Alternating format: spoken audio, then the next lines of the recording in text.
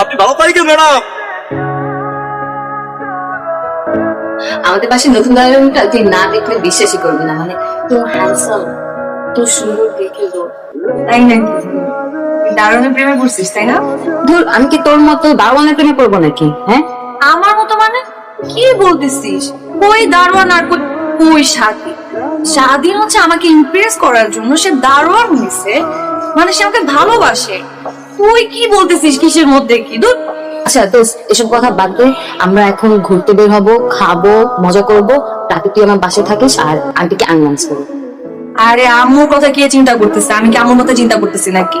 স্বাধীনকে কি বলবো? স্বাধীন যদি যাইতে না দেয় তাহলে তো যাইতে পারবো না। পাইছি, একটা কল দিয়ে জিজ্ঞেস করি দাঁড়া। যদি ও আমাকে যেতে দেয় তাহলে থাকলাম তোর বাসায়, সমস্যা নেই। রূপে আমার আগুন জ্বলে, যৌবন ভরা অঙ্গে, তোমার ওই রূপেতে চাইলে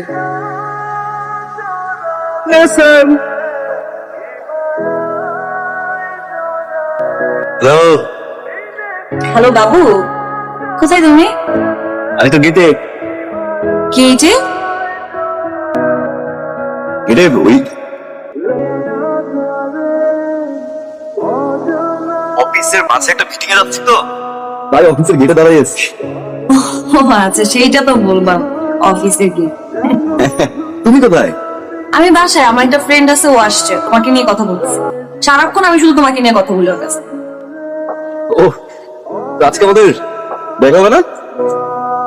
না, আজকে দেখা হচ্ছে না। আজকে আমি আমার ফ্রেন্ডের সাথে সারাদিন ঘুরবো, শপিং করবো, অনেক অনেক খাবো, তারপর বাসায় থাকবো, এই জন্য দেখা হচ্ছে না। ওকে, ঠিকঠাক মতো খাওয়া দাওয়া করো, কল দিও আমাকে। হ্যাঁ, শোনো, তুমি অফিস শেষ করে আমাকে ফোন দিও। হ্যাঁ, রাখছি। স্টাডি হয়ে গেছে, দেখছো?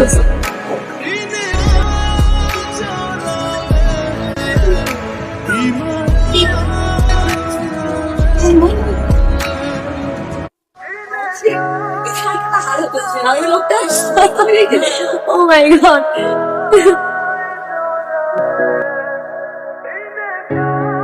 এই যে